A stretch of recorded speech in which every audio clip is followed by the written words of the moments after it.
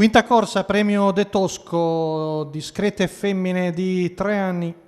non vincitrici di 26.000 euro in carriera, sono in 7 al via, 1 Chanel delle Selve, Francesco Pettinari, 2 Selina LP, Lorenzo Baldi, 3 Corin ZS, Daniele Cuglini, 4 Cedrina Jet,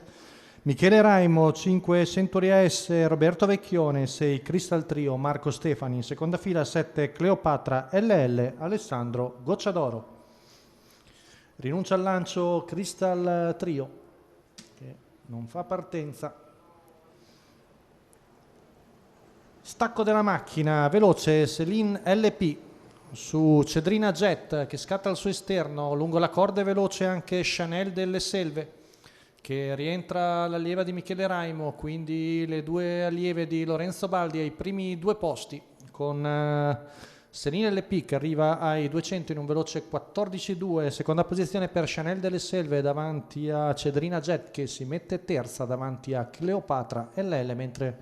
desiste Centuria S che si mette in coda. Arriviamo al paletto dei 400 metri, passati dal Saura da Oropuro Bari in 28.9, ancora 14.7, la messa sul ritmo Lorenzo Baldi, seconda posizione sempre per Chanel delle Selve su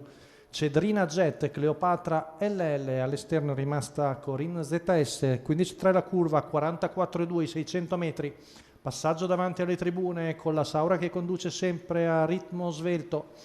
Sulla compagna d'allenamento Chanel delle Selve, intanto Alessandro Gocciadoro sposta con Cleopatra LL, giro in 58.8, avanza Cleopatra LL ormai ai fianchi di Chanel delle Selve, mentre rimane ancora al largo Corin ZS.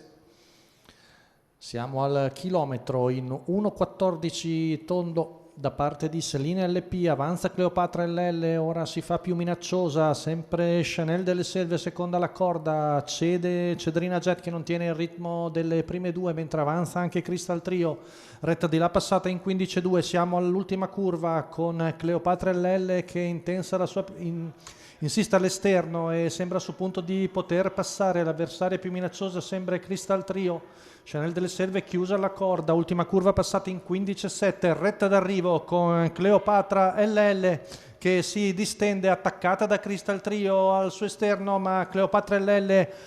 pur sollecitata da Alessandro Gocciadoro si difende ancora bene davanti a Crystal Trio, mentre per il terzo è ancora Celine LP, quindi 1.14,5 la media al chilometro, il triplo di Alessandro Gocciadoro, stavolta per la Lanzillotto Stable, la figlia di Varenne Rialba LL viene a vincere, cancella così